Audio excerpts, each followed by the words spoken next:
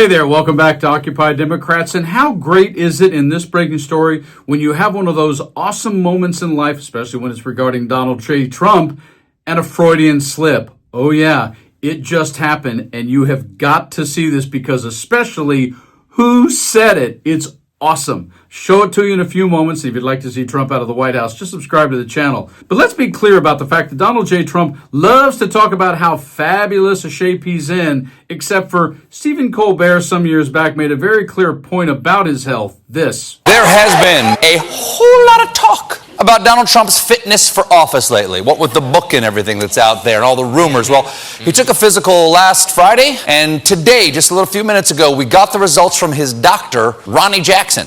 Heart exam was normal. So, despite all evidence, Donald Trump does have a heart. They reported his health is perfect. Now, right off the bat, the doctor broke big news. Height 75 inches, weight 239 pounds. Okay, with the president being 6'3", 239. According to the body mass index by the Federal Health and Human Services Department, Trump is overweight and just 1 pound shy of obesity.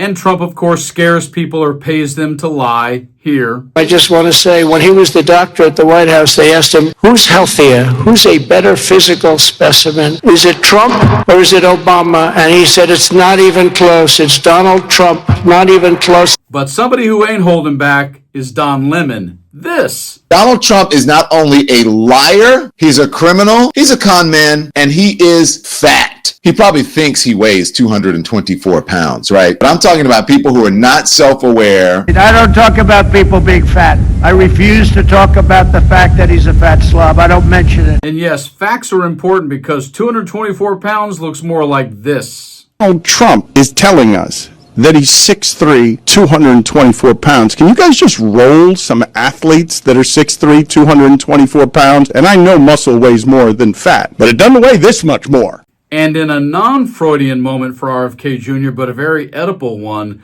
RFK said this about his testosterone level to Stephen Miller's wife, Katie. He's in incredible health. Dr. Oz looked at his medical records and said he's got the highest testosterone level that he's ever seen for an individual over 70 years old. I know the president will be happy that I repeat that. But in this breaking story, whoopsie poop, RFK Jr. just dropped a bombshell on the truth about Donald J. Trump and his health. And this is coming from a guy who's a former heroin addict. Check out this breaking story. RFK Jr. stuns with remarks about Trump's diet. I don't know how he's alive. Comments Health Secretary Robert F. Kennedy Jr. made about President Donald Trump's diet during a new interview on a right-wing podcast caused the host to burst out laughing. On Tuesday, Kennedy appeared on Katie Miller's eponymous podcast, where she often discusses soft life and culture topics with right-wing figures. The interview got a little spicy after Miller asked Kennedy who in the White House has the most unhinged eating habits. The president, Kennedy said, as Miller started laughing. The interesting thing about the president is that he eats really bad food, which is McDonald's, and Diet Cokes. He drinks Diet Cokes all the time. He has the constitution of a deity. I don't know how he's alive, but he is. Trump has said that he prefers eating fast food because he is concerned about getting poisoned. He says that he only eats really bad food when he's on the road, Kennedy continued. He eats the food from big corporations because he trusts it and he doesn't want to get sick. But when he's at Mar-a-Lago or the White House, he's eating really good food. Kennedy's comments come at a time when questions continue to swirl about the president's health.